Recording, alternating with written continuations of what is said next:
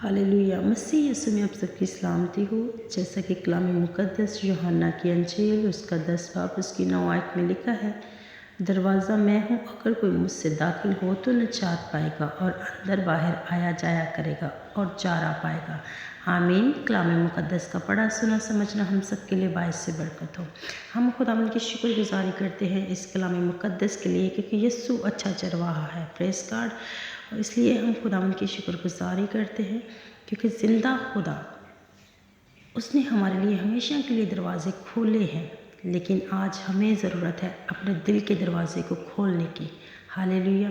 हम खुदावंद का धन्यवाद करते हैं, उसको मुबारक कहते हैं। कहता है अगर कोई मुझसे दाखिल हो तो निजात पाएगा। इसलिए आज हमें कलाम मुक़द्दस को अपनी ज़िंदगी में लेने की ज़रूरत है।